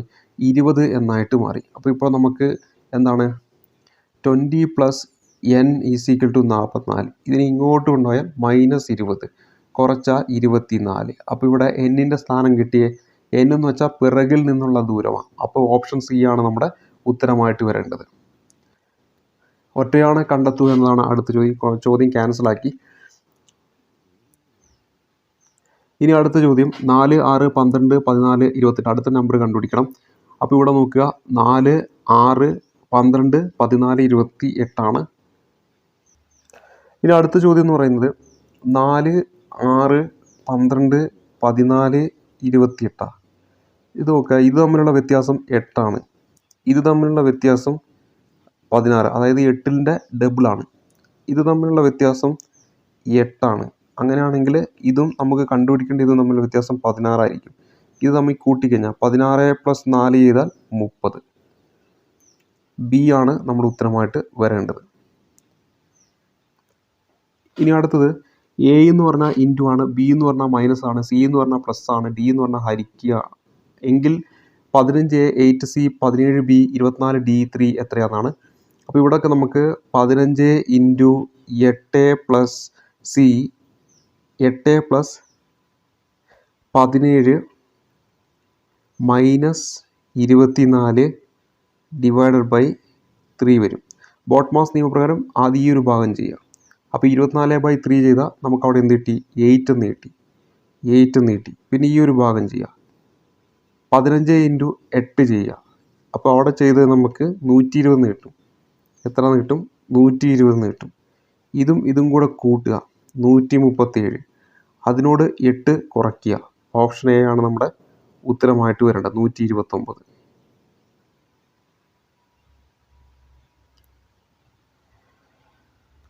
ഇനി അടുത്തത് ടെമ്പറേച്ചർ എന്ന വാക്കിലെ അക്ഷരങ്ങൾ ഉപയോഗിച്ച് നിർമ്മിക്കുവാൻ സാധിക്കാത്ത വാക്ക് ഏതെന്നാണ്. ഇപ്പോൾ ഇവിടെ നോക്കുക, പ്യുവർ എന്ന് കൊടുത്തിട്ടുണ്ട്. ഓപ്ഷൻ എയിൽ പ്യുവർ എന്ന് കൊടുത്തിട്ടുണ്ട്. നോക്കുക, ടെമ്പറേച്ചർ എന്ന് പറയുന്ന ആ ഒരു വാക്കെടുക്കുമ്പോൾ അതിൽ പി ഉണ്ട്, യു ഉണ്ട്, ആർ ഉണ്ട്, ഇ ഉണ്ട്. അപ്പോൾ പ്യുവർ നമുക്ക് അതിൽ നിന്ന് ഉണ്ടാക്കാം. റാറ്റ് എന്ന് കൊടുത്തിരിക്കുന്നു. നോക്കുക, ഇവിടെ റാറ്റ് RAT ഉണ്ട്. ഇനി മെച്ചർ എന്ന് കൊടുത്തിരിക്കുന്നു, MATURE, MATURE. അതും എന്താണ്? ഉണ്ട്. അപ്പോൾ സിയും പറ്റും. ഡീൻ്റെ കേസിലേക്ക് നോക്കുമ്പോൾ ടെമ്പിളാണ്, TEMPLE. TEMPL ഇല്ല. ഇതിലെവിടെയെങ്കിലും എൽ ഉണ്ടോ ടെമ്പറേച്ചറിൽ? അപ്പോൾ ഡി ആണ് നമുക്ക് ഈ പറഞ്ഞ വാക്ക് ഉപയോഗിച്ച് നിർമ്മിക്കാൻ പറ്റാത്തത്. താഴെ നൽകിയിരിക്കുന്നവയിൽ അത് ക്യാൻസലാക്കിയ ക്വസ്റ്റ്യനാണ്. രാമുവിൻ്റെ അമ്മയുടെ വയസ്സ് രാമുവിൻ്റെ വയസ്സിൻ്റെ 2 മടങ്ങിനേക്കാൾ 3 കൂടുതലാണ്. ഇപ്പോൾ രാമുവിൻ്റെ വയസ്സ് ഞാൻ 6 ആയിട്ട് എടുത്തു. അപ്പോൾ അമ്മയുടെ വയസ്സ് എന്ന് പറയുന്നത് എന്താണ്? രാമുവിൻ്റെ വയസ്സിൻ്റെ 2 മടങ്ങിനേക്കാൾ. അപ്പോൾ 2R വന്നു. 3 കൂടുതലാണ്. അപ്പോൾ രാമുവിൻ്റെ അമ്മയുടെ വയസ്സ് എത്രയാണ്? 47 എന്ന് തന്നിട്ടുമുണ്ട്. അപ്പോൾ ഇതിങ്ങോട്ട് വരുമ്പോൾ 47 കുറയ്ക്കണം 3, 44 ബൈ 2. രാമുവിൻ്റെ വയസ്സ് 22. ഓപ്ഷൻ ബി ആണ് ഉത്തരമായിട്ട് വരിക. ഇനി അടുത്ത 128 6 എന്ന് കൊടുത്തിരിക്കുന്നു. 5 എന്ന് പറയുന്നത് 128. അങ്ങനെയാണ് 6 എന്ന 5ൻ്റെ ക്യൂബ് എത്രയാണ്? 125. അതിനോട് 3 കൂട്ടി. 6ൻ്റെ ക്യൂബ് എത്രയാണ്? 216. അതിനോട് 3 കൂട്ടുക. ഓപ്ഷൻ എ ആണ് നമ്മുടെ ഉത്തരമായിട്ട് വരിക. ഇനി അടുത്ത സീന ഒരിടത്ത് നിന്നും തെക്കോട്ട് 32 മീറ്റർ സഞ്ചരിച്ചു. അപ്പോൾ സീന 32 മീറ്റർ തെക്കോട്ട് സഞ്ചരിച്ചു. ശേഷം വടക്കോട്ട് 42 മീറ്റർ സഞ്ചരിക്കുന്നു. അപ്പോൾ തെക്കോട്ട് 32 സഞ്ചരിച്ചു. പിന്നെ അവർ നേരെ തിരിച്ച് എങ്ങോട്ട് പോവാണ്? വടക്കോട്ടും കൂടെ പോവാണ്. അപ്പം ഇപ്പോൾ ഇങ്ങോട്ടാണ് സഞ്ചരിച്ചത്. ഇനി വടക്കോട്ട് എത്ര പോയി? 2 മീറ്ററാണ് വടക്കോട്ട് സഞ്ചരിക്കുന്നത്. അപ്പോൾ ഇവിടെ നേരെ 32, ഇത്രയും എത്രയാണ്? 32. ഇനി അതേ ദിശയിൽ തന്നെ മുകളിലോട്ട് പോവുക, 42. അപ്പോൾ 32 കഴിച്ചാൽ പിന്നെ എത്രയുണ്ടോ? 10 കൂടി ഇവിടെ ഉണ്ട്. അപ്പോൾ 32 10 42. പിന്നീട് കിഴക്ക് ദിശയിലേക്ക് തിരിഞ്ഞ് എന്താണ് 22 മീറ്റർ സഞ്ചരിക്കുന്നു. അപ്പോൾ ഈ ഒരു ദിശയിൽ അവർ 22 മീറ്റർ സഞ്ചരിക്കുന്നു. വീണ്ടും തെക്കോട്ട് തിരിഞ്ഞ് 10 മീറ്റർ സഞ്ചരിക്കുന്നു. അപ്പോൾ ഈ ഒരു ദിശയിൽ 10 സഞ്ചരിക്കുന്നു. എന്നാൽ യാത്ര തിരിച്ചിടത്തു നിന്നും എത്ര മീറ്റർ അകലെയാണ് സീനയപ്പോൾ? അപ്പോൾ ഇവിടെ നോക്കുമ്പോൾ 22 മീറ്റർ. ഓപ്ഷൻ ഡി ആണ് നമ്മുടെ ഉത്തരമായിട്ട് വരുന്നത്. അപ്പോൾ ആ ഒരു പിക്ചർ നമ്മൾ നല്ല രീതിയിൽ വരയ്ക്കുക. സിമ്പിളായിട്ട് നമുക്ക് ഉത്തരം കിട്ടും. മാത്സിലെ ചോദ്യങ്ങൾ വളരെ സിമ്പിളായിട്ടുള്ള ചോദ്യങ്ങളാണ് ഈ ഒരു പരീക്ഷയിൽ ചോദിച്ചിരിക്കുന്നത്.